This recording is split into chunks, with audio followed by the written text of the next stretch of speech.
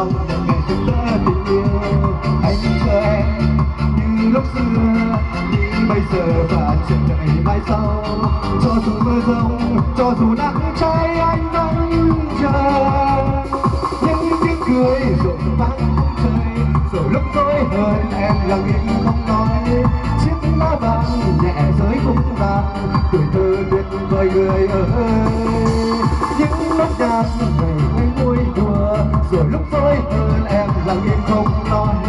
Những tiếng nhạc ngày thơ muôn tuổi, tuổi thơ ai mất xa.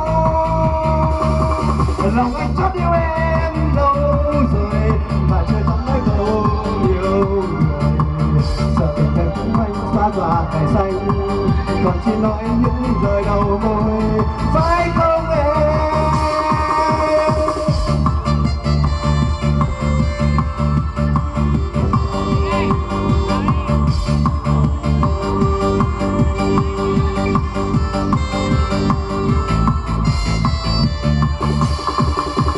Đêm từng đêm khi màn sương buông xuống trên thanh thang bao nhiêu nẻo đường, anh ngồi đây nhớ em nhiều và thầm mong một ngày rực rỡ tình yêu.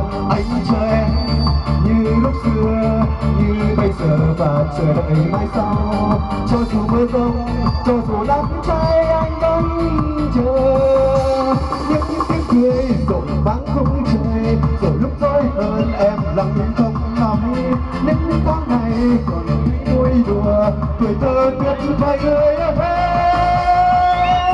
Lòng anh chót yêu em lâu rồi, mà chưa dám nói câu yêu người. Sợ tình bóng anh xa chiều ngày xanh, còn chỉ nói lời đầu môi, phải không em? Lòng anh chót yêu em lâu rồi, mà chưa dám nói câu yêu người. Sợ tận bóng anh xa chiều ngày xanh, còn chỉ nói những lời đầu môi,